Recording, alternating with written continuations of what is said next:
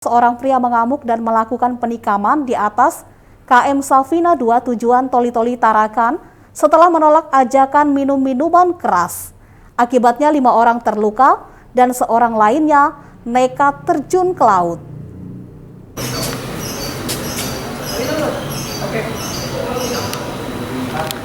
Seorang pria berinisial T Kamis malam mengamuk di atas kapal KM Safina 2 dan melakukan penikaman terhadap 5 orang penumpang lainnya hingga mengalami luka-luka.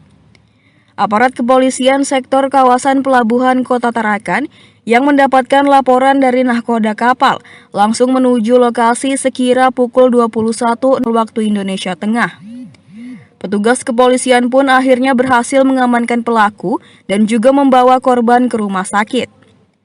Kapolsek kawasan Pelabuhan Kota AKP Alfian mengatakan kejadian dipicu oleh ajakan salah seorang penumpang kapal terhadap pelaku untuk minum minuman keras. Namun pelaku menolak dan akhirnya terjadi cekcok mulut hingga terjadi aksi penikaman secara membabi buta oleh pelaku. Bahkan seorang penumpang yang merasa ketakutan nekat terjun ke laut di sekitar perairan Tanjung Pasir yang hingga kini masih dalam pencarian tim SAR.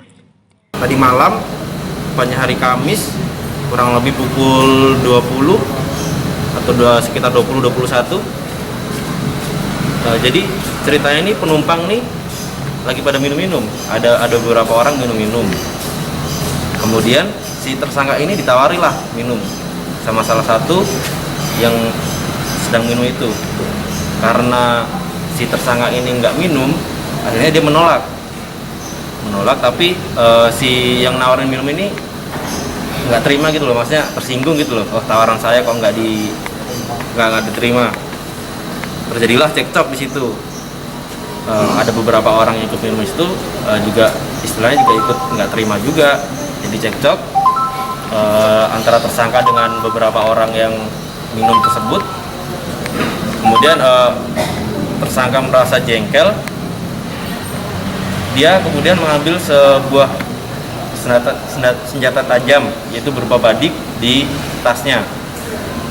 Karena pada waktu itu kondisi gelap gulita, penerangan juga kebetulan menurut saksi dari ABK bensin untuk penerangannya habis.